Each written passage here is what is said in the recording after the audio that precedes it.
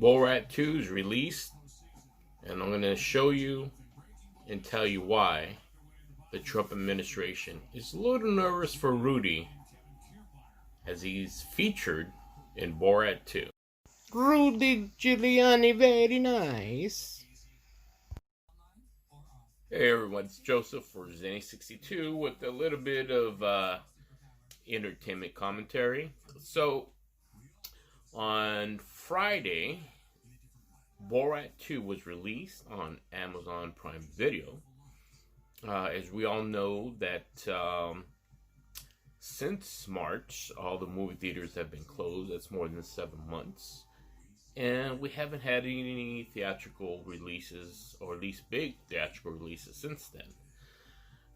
So, this movie was supposed to be one of those summer movies that was going to come out, or maybe even during the fall, because I know some of the footage, let me correct myself, actually took place in July or June. And obviously, since there are no major theatrical releases being shown in any movie theater globally, they made a deal with Amazon Prime to release Borat 2. Now, most of you who have seen this movie, based upon you viewing this, it doesn't have Kenneth David, or I can't pronounce his last name. I think it's an Armenian last name that would mispronounce. But he played the heavyset, hairy guy, Azamat. He's not in this second one, but the new character that was brought into this was supposedly Borat's daughter, who in the movie is played by, I believe, a Russian actress, or it is an Eastern European actress. She plays a 15-year-old girl, and she gets smuggled into the country in an animal crate, typical Borat style. So the whole premise, briefly, with Borat 2 was he's been in prison since Borat, the first Borat movie, gets released, goes through this whole kind of retraining, so to speak, with that. It's supposed to be like a communist country, and their prime minister, prime leader, gets Borat and says, "I'm going to send you on a second mission." Doesn't tell him really what it is, but his mission is to deliver a gift to what they're calling the prime minister, evil prime minister, Michael Pence. There's two things there.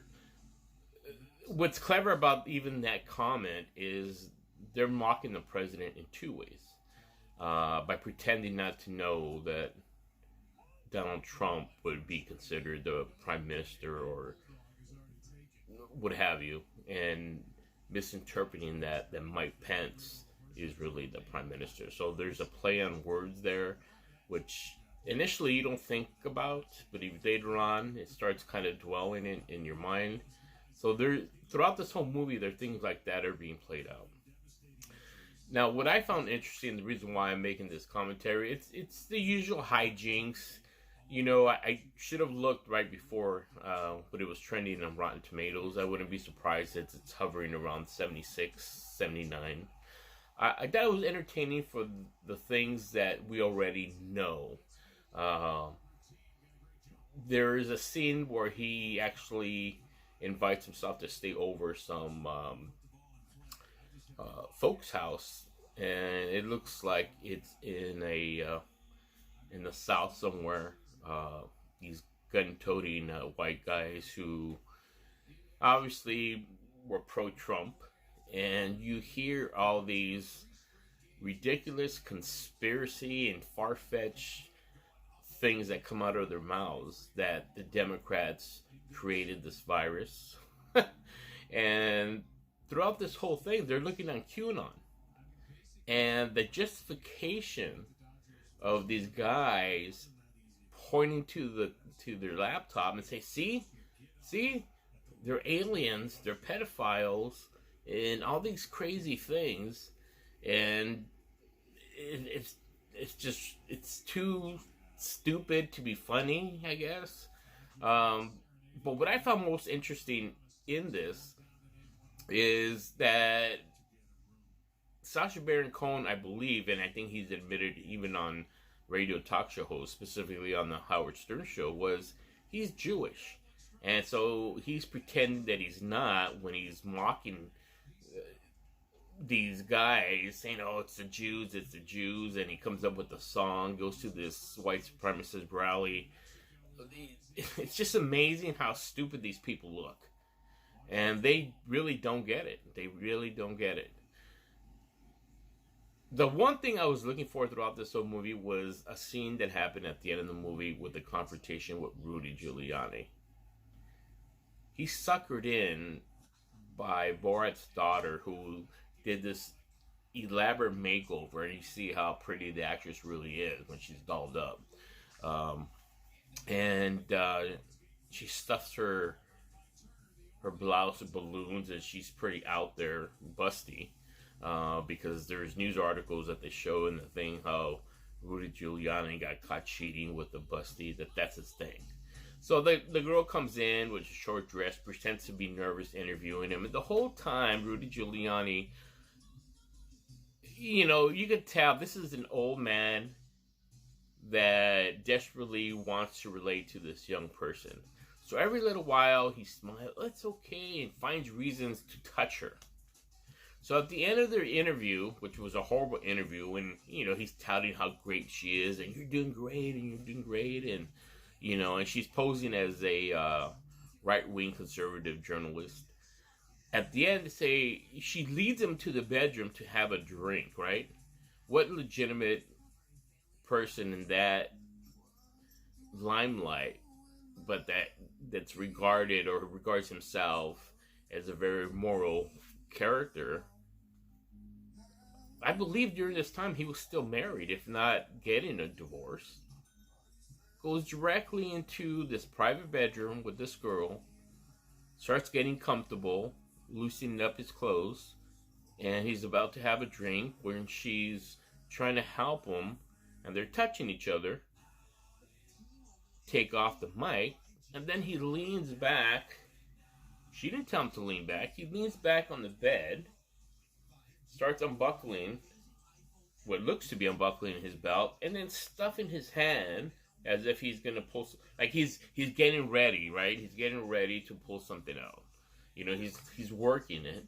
I mean, he has to wake it up, I guess. And he gets caught, and then he plays stupid. Now, what's interesting is that since this movie's come out, Giuliani's been desperately trying to cover this. Oh, it's a fabrication, and they're mad because I got Joe Biden's son's laptop, and we have obtained Joe Biden's laptop, and this is the repercussion of it. Well, this was filmed way before you even announced. Your announcement of getting Joe's laptop happened within this month. And nobody even talking about that except for you. And let's break down that comment that this is a reaction that we got Joe Biden's son laptop. We've obtained it. Right? So the news was that there is a repair shop in Maryland that evidently had, there's no proof of it, had Beau Biden, I believe it was Beau, I'm not sure which one passed away, so forgive me for that, laptop in Maryland, a repair shop, and that the Trump administration through Rudy Giuliani obtained the laptop. So when you think about that, there are thousands of people of jail who obtained other people's property and are behind bars. But if this repair shop was legitimate, why would they hand over a laptop to Rudy Giuliani, especially in an attempt to try to dig up dirt before the election? obtained. You know, the Trump administration, Rudy Giuliani, using the word obtain, which should be stolen, because I don't know how legal that is to take someone else's property from a repair shop and say, oh, we got his laptop, we've obtained it, right? What authority does Rudy Giuliani hold as a quote unquote a private attorney of the president? That doesn't make sense to me. So this whole premise that, oh, they're making this up and it's a lie, there's a quote in an interview that Sacha Baron Cohen did, which I'll show you right now.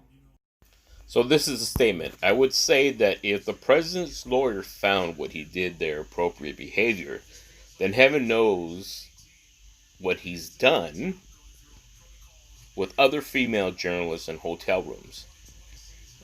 Baron Cohen said, I just urge everyone to watch the movie.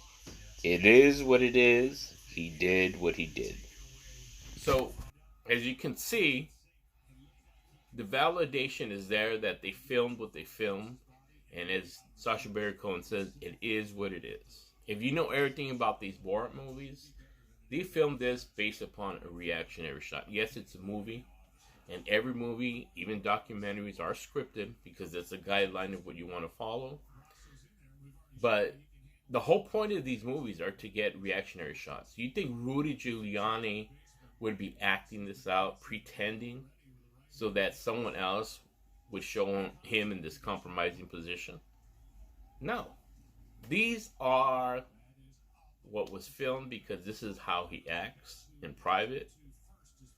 And as Sacha Baron Cohen put it, if he thinks what he did was appropriate, imagine what else he does with female reporters when nobody's watching. So that's my commentary for Borat 2. If anything, you need to watch this just for that one scene. I personally thought it was alright. The movie was okay. It's the hilarity or the stupidity that people still are who they are, you know, with regards to this whole right-wing movement that they show in the movie. I can't get excited about that. You know, it's more disappointing than anything. But it's funny enough for you to watch and just listen to some of the things that he said and some of the things that are happening throughout the movie.